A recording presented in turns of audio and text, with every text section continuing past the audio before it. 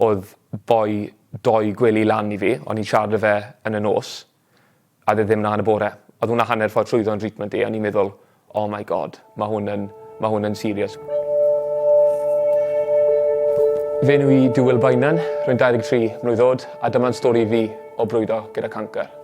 Yn ganol lockdown oedd hi, o'n i'n redeg tua 5 km y dydd, jyst i paso'r amser i fod yn onest, fwy na dim byd, ond oedd 11 fitro di mynd lan.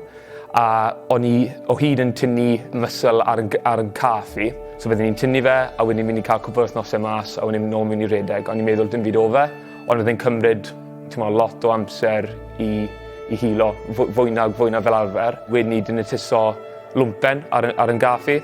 O'n i'n meddwl taw, achos o'n i wedi tynnu'n gyhyru sio gymaint, taw just a culmination o bopeth oedd hi. O'n i'n 22 ar y pryd, oedd RH, ti'n meddwl ti bach yn untouchable. Oedd y doctori'n meddwl taw blood clot oedd hi ar yn gos i, a wedyn ni yn meddwl taw ligament damage oedd e.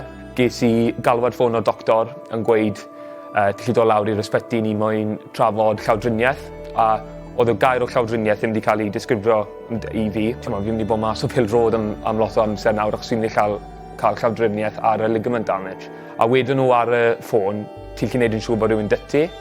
So fi oedd yn brawd i oedd wedi mynd lawr i ysbyty lawr yn Llanelli, a oedd y doctor yna yn aros amdano fi, a oedd wedi ala fi off i cael x-ray. Oedd e jyst yn lwmpyn D yn dod lan ar y sgan, so mae dyti ble mae'r esgyn, a lwmpyn D ar yn gaff fi. Oedd e wedi gweud wedyn ni, falle ti'n meddwl taw bod e'n cancerous. Ti'n fel yn ffilms, fan maen nhw'n gweud white noise, fan maen nhw'n gweithio ti newyddion, wael. A oedd e'n siarad am tua 10-15 munud ar ôl ni. O'n i ddim yn gwybod be wedodd e, lle fi wedi gweud rhywbeth, o'n i ddim yn gwybod be wedodd e. O'n i wedi cael gair o cancer, and it could be.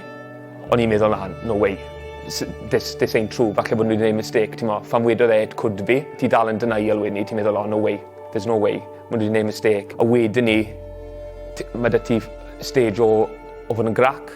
A mae hwnna'n stage sy'n bryglis i fod yn onest, achos o'n i'n meddwl, why me? Why not anyone else? A wedyn ni 2 wythnos ar ôl ni, ges i lan i Birmingham wedyn ni cael biopsi. 2 wythnos ar ôl ni, ges i galwad ffôn wedyn ni gweud taw cancer oedd hi. Mae fe i gyd yn syngo mewn ni, a ti'n meddwl, right, hwn yw'n bywyd i nawr, it's either sink or swim. O rhaid i fi cadw mor positif o'n i'n gallu, achos o'n i'n meddwl os o'n i'n gadw negatif, bydde'n neud fi hyd yn oed fwy yn dost. Cancer sydd gyda fi yw wing sarcoma. So mae sarcoma yn bennaf yn oedolion ifanc, yn bechgyn mwy na dim byd. A sarcoma yw rhyw fath o bone cancer. Tumour yw sydd yn tyfu yn bennaf ar yr esgyn, ond hefyd gallu tyfu ar gyhyrau, fel wedys i, oedd e ar yn caff i, actually tyfu ar yn esgyn ni. A y peth gyntaf oedd fi a brawd fi wedi gweud, fel ni'n mynd i gweithio mam, achos os i fi gyda control o fe, fi'n alright. Os fi'n cael good day, fi'n gwybod fi'n cael good day. Os fi'n cael bad day, fi'n gwybod na fyd. Ond gyda mam a dad, sy'n nhw da control o sefyllfa. Oedd teulu a ffrindiau yn walking on eggshells rownd fi. Achos o'n i'n dost, achos o'n nhw wedi clywed y wyl cancer, o'n nhw ddim ond gweud y peth wrong, ond fi'n byw yn bywyd i. Os i ddim yn gallu gwneud joke mas o hwn, what can you make a joke out of? Bydd yn neud i fi teimlo'n well, achos fan mynd i cael treatment, a cael blood test, a cael meetings gyda doctor, oedd popeth mor negatif, side effects this, side effects that. Ond fan fi'n gytre, gyda teulu, gyda ffrindiau, na pram fi'n fwy a hapus. So o'n i'n meddwl, make light of the situation. A fi'n gwybod falle bod wahanol bobl mynd i delio gyda fe yn wahanol ffyrdd, ond i fi'n bersonol na'r ffordd gorau ni di delio gyda fe. Mae gallu bod yn scary. Ti'n meddwl, am I going to live? Ti'n mynd i gwely yn y nos, meddwl, I don't know if I'm going to wake up in the morning. Achos, ti'n meddwl, y triniaeth i gyd, mae lot o bobl yn marw trwy triniaeth yn anffodus.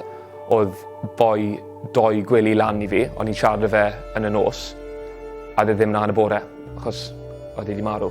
Oedd hwnna hanner ffordd trwyddo yn treatment i, a ni'n meddwl, waw, pham di gweld rhywun fel oedran ti, sydd gyda cancer yn debyg i dyn marw, ti'n meddwl, oh my god, mae hwn yn serious. So es i trwy 14 sesiwn o Chemotherapy a 33 sesiwn wedyn ni o radiotherapy. So bydde chemotherapy enghraifft, bydden ni mewn am dydd. So bydden ni mewn am y bore, bydde drip yn mynd straight mewn i veins i, a wedyn trwyddo'n gorff i wedyn ni. O'n i chemotherapy B wedyn ni, o'n i mewn am 6 dydd, 5 nos. Non-stop am 6 days, ti'n cael drugs i pympo mewn dy gorff di, wahanol rai, sy'n cael wahanol side effects. Hanner ffordd drwyddo, ges i radiotherapy wedyn ni. 5 dydd yr wythnos lan yn Gaerdydd, so traflo nôl amlan pob dydd lan i Gaerdydd. So oedd fi radiotherapy a chemotherapy yn mynd mlaen yn un amser a pham ti'n dechrau'r treatment, mae booklet masif o'n gweud side effects. Ti'n meddwl, waw, fi'n mynd i mynd trwyddo one of these, if not all kind of thing. Fe o'n i'n ysbyty yn Glangwili, a ni'n di mynd yn dwylo fi trwy'n wallt i, a clwmps o wallt yn dod mas. Oedd hwnna oedd y realisation gynta bod, mae'r triniaeth yma mynd i niwyd fi yn gwbl. Y ffordd fi'n timlo, o'n i ddim o'n mynd mas, achos oedd dim gwallt ar yn benni, oedd dim eyebrows, oedd dim barf dy fi, a ti'n cael ei stripo bopeth. O'n i'r oedran na, o'n i'n 22 mlwydd oed, oedd yn ffrindiau ni'n mynd mas a joio, o'n i ddim yn gallu gwneud hwnna. Pham wedodd the treatment's working, o'n i'n gwbl sioct. Oedd mam mewn dy fi fyd, oedd hi yn llefen, oedd happy tears, i weld mam yn gwenu, fi'n meddwl, here we go, this ain't beating me, no way.